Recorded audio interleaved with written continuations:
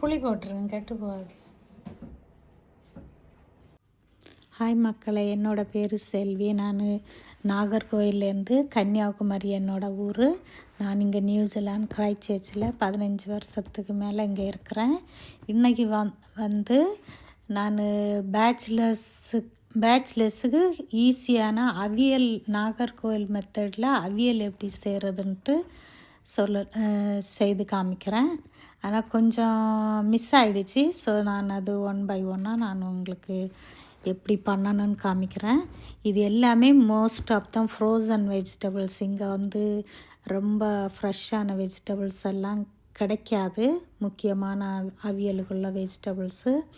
இதில் என்னென்ன காய் போட்டிருக்கிறேன்னா கத்திரிக்காய், வெண்டைக்காய் ஆக்சுவலாக போடணும்னு இல்லை.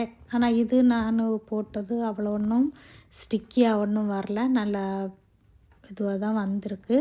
முருங்கைக்காய், பச்சை க்ரீன் பனானா, ஸோ பச்சை வாழைக்காய், கத்திரிக்காய், முருங்கைக்காய், அவரைக்காய், கோவக்காய், அப்புறமா இதில் என்ன போட்டேன், பச்சை மிளகாய். ஸோ இவ்வளோ காய்களையும் கட் பண்ணி மிக்ஸ் பண்ணி வச்சுட்டு ஒரு பேன் எடுத்து ஸ்டவ்வில் வச்சு சூடு பண்ணிவிட்டு எல்லா காய்களையும் வேணும்னா நம்ம ஃபஸ்ட்லேயே ஆயில் போட்டு தாளிச்சிக்கலாம். அப்படி இல்லைன்னா சும்மா வெஜிடபிளை போட்டுட்டு கொஞ்சம் உப்பு மஞ்சத்தூள் போட்டு மிக்ஸ் பண்ணிவிட்டு கொஞ்சம் நேரம் மிக்ஸ் பண்ணி ஹீட்டில் வச்சு இது பண்ணணும். அப்புறமா வந்து தேங்காய் ஜீரகம் மிக்சியில் அடிச்சிட்டு அதில் போட்டு மிக்ஸ் பண்ணி கொஞ்சம் புளி ஊற்றி ரொம்ப புளியெல்லாம் கலக்கி வச்சுக்கணும். ஒரு நெல்லிக்காய் சைஸில் புளி ஊற வச்சு எல்லாம் மிக்ஸ் பண்ணி வச்சுட்டு தேங்காய் ஊற்றிட்டு அந்த புளியும் கொஞ்சம் ஊற்றி ஸ்லோவாக இது பண்ணி கொஞ்சம் மிக்ஸ் பண்ணி எல்லா காய்களையும் மிக்ஸ் பண்ணிவிட்டு உப்பும் போட்டு மிக்ஸ் பண்ணிவிட்டு மூடி வச்சு வேக வைக்கணும். மூடி வச்சு வேக வச்சு ஒரு 15 மினிட்ஸ். எங்களோட ஸ்டவ் வந்து கொஞ்சம் வித்தியாசமானது, அவ்வளவு ஈஸி, ரொம்ப சூடெல்லாம் ஆகாது. ஸோ அதனால் கொஞ்சம் டைம் எடுக்கும். கேஸுன்னா சீக்கிரம் வந்துடும், ஒரு 10 மினிட்ஸு. இந்த அவியல் பண்ணுறது ஒரு 10 மினிட்ஸ் அப்படி தான் ஆகும். எனக்கு இது வந்து ஸ்டவ்வு சரியில்லை, அது ஒரு மாதிரி. நான் கேஸு இங்கே வீட்டில் இங்கெல்லாம் யூஸ் பண்ணக்கூடாது, அதனால் நான் கேஸ் இருக்குது, அது கேரேஜில் வச்சுருக்கிறேன், அது யூஸ் பண்ணல. இது வந்து எலக்ட்ரிக் ஸ்டவ்வு. ஸோ அதனால் வந்து அது கொஞ்சம் லேட் ஆகும். ஸோ இப்போ புளி உப்பு போட்டுட்டு மிக்ஸ் பண்ணி தேங்காய் ஜீரகம் அரைச்சது கொஞ்சம் புளியை ஊற்றி மிக்ஸ் பண்ணணும். மிக்ஸ் பண்ணி மூடி வச்சு வேக வைக்கணும். இந்த ஸ்டவ் வந்து எனக்கு ஒரு 15 மினிட்ஸ் ஆகிடுச்சு வேகிறதுக்கு. அப்புறமா வேக வச்சுட்டு இப்போ நல்லா காய், அந்த வாழைக்காய், கத்திரிக்காய் எல்லாம் வெந்த பிறகு மிக்ஸ் பண்ணச்சில் கொஞ்சம் காய்ங்க உடையாமல் நம்ம மிக்ஸ் பண்ணணும். உடஞ்சின்னா ரொம்ப தூள் ஆகிடும். ஸோ இது சீக்கிரம் வெந்துடுச்சுன்னா இது திக்காகிடும். ஸோ அதனால் மூடி வச்சுட்டு அப்பப்போ திறந்து மிக்ஸ் பண்ணிகிட்டே இருக்கணும். ஸோ ஒரு 2 மினிட்ஸ் ஒன்ஸு மிக்ஸ் பண்ண, இல்லைன்னா அடி பிடிக்கும். ஏன்னா ரொம்ப தண்ணி ஊற்றாதனால அடி பிடிக்கும். அப்புறம் ஓப்பன் பண்ணி மிக்ஸ் பண்ணிவிட்டு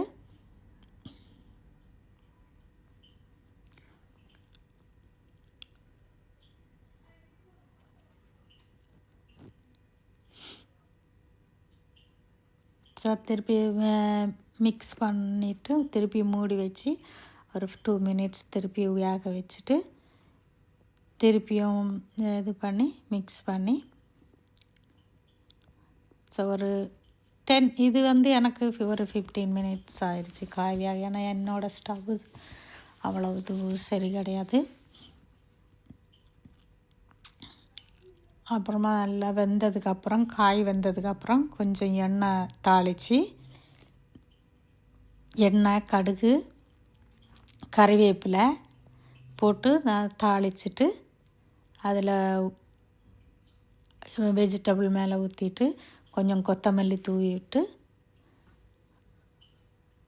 ஈஸியான அவியல். ரொம்ப இது கஷ்டம்லாம் கிடையாது, ஈஸியாக சீக்கிரமாக கொஞ்ச நேரம் வேக வைக்கணும், அவ்வளோதான்.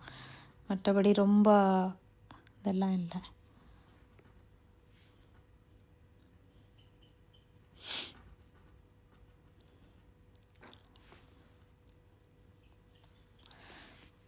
ஸோ ஏதாவது இது ஃபஸ்ட்டு வீடியோ நான் இப்போ என்னோடய வாய்ஸ் கொடுத்து இது பண்ணுறது. கொஞ்சம் வீடியோ பண்ணியிருப்பேன் நான், வேறு நிறைய குக்கிங் வீடியோ பண்ணலான்னு இருக்கேன். ப்ளீஸ் சப்போர்ட் பண்ணுங்கள்.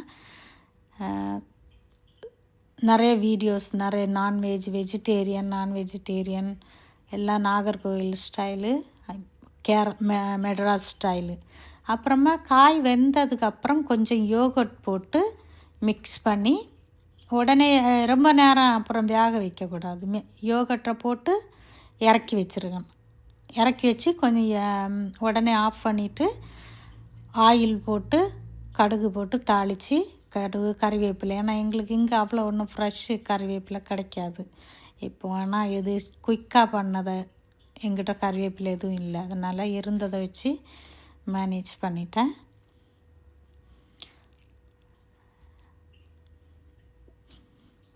ஸோ அவியலுக்கு ரசம் காம்பினேஷனு, நல்ல ஒரு புளி ரசம் ஒன்று பண்ணி அதுக்கு சாப்பாட்டு கூட இது பண்ணால் ரொம்ப நல்லாயிருக்கும். பாருங்கள், காய் அவ்வளோ ஒன்றும் உடையலை.